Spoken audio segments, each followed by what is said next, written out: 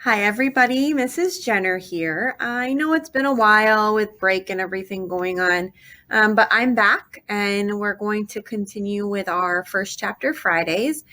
But today is actually going to be a book talk for Friday instead of the first chapter of a book because I want to talk to you about a graphic novel that I finished reading yesterday and I read it within a couple hours, just here and there whenever I had a minute because I wanted to finish it once I started it. I wouldn't say it's the most intriguing graphic novel I've read, but I loved the topic. I loved the messages that it sent. So I really wanted to finish it so I can kind of process it all in one lump because sometimes when I read personally, if I take too long to read a book, it doesn't always flow nicely in my head and I lose bits and pieces of the story and the messages that they're trying to send. So I really wanted to finish this one and I did. And I want to share it with you because it's going to be on my book cart for our Library on Wheels that's starting next week. So I will be coming around during lunches. I think I'm going to start in the high school hallways and then I'll move to the seventh grade hallway and then upstairs to the eighth grade hallway because I have lunch duty in the eighth grade hallways on Monday and Wednesdays. So I'll be up there at the end of lunch anyways. But I'll be there Mondays and Wednesdays starting next week with our Library on Wheels. And this book will be on that cart that you can check out. And it's called Invisible Differences, a story of Asperger's, adulting, and living a life in full color.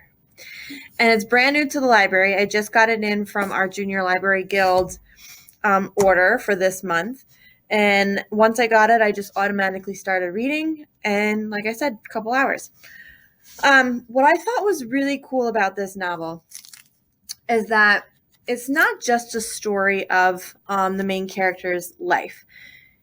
It's also very visual, like graphic novels should be, because it starts out like the first page or so, there's very little color in it.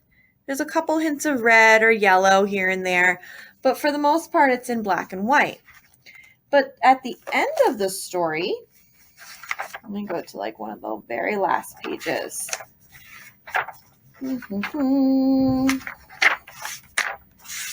This one's pretty colorful. There's a lot of colors, okay? And the reason that the author and illustrator of this book did that is because our main character, Marguerite, is an adult. She's 30 years old.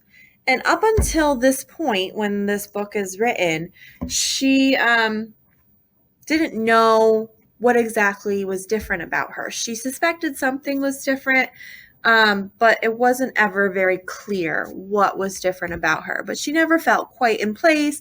She was very anxious. Things that came easily to other people stressed her out, like noises and sounds. She had to wear blindfolds and earplugs when she slept because if she didn't, all the noises would keep her awake. She would get stressed in social situations. So nothing like abnormally out there that would make you think something's really wrong with me, just things that were slightly different compared to other people. And up until she's about 30, she didn't really realize what was going on. She just thought, okay, well, these are my little quirks per se, and I have to deal with it, even though I don't want to. So she's going through life. She's doing things she doesn't really want to do. She doesn't feel comfortable doing, but she's doing them because that's what normal people do, as she says, and several of the characters in this book say. But come to find out, she is actually diagnosed with Asperger's, which is a form of autism. Here in the United States, they don't really use Asperger's anymore. It's just autism and the spectrum of autism. But before we got rid of that term, Asperger's was like a milder form of autism. So you're still pretty functioning in the world and in your life, but you have these certain qualities about you that relate to the autism spectrum. So she figures out and gets diagnosed with Asperger's. And from her diagnosis, her life kind of takes off and she stops living the way she was, because now she realizes this really is her and this is how I'm going to be living for the rest of my life. So why not be happy doing it? So she starts really doing things for just herself. If she doesn't want to go to a party, she's not going to go to a party. If she wants a different job because the job she had beforehand wasn't really understanding of her needs with Asperger's, she goes and finds a different job. She's doing more things for herself because she's just realized now this is how I have to live and this is what I want to do and this is how I'm going to be happy in my life. And I'm the only person that can tell me how I'm going to be happy.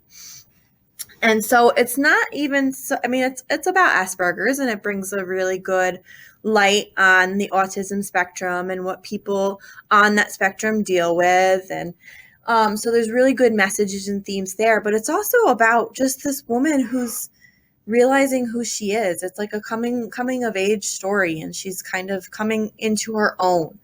And that's where the color takes place. So once she realizes that she has Asperger's, this is her life, this is how she wants to live it, and this is how she's going to be happy, the color starts coming onto the page throughout the rest of the story.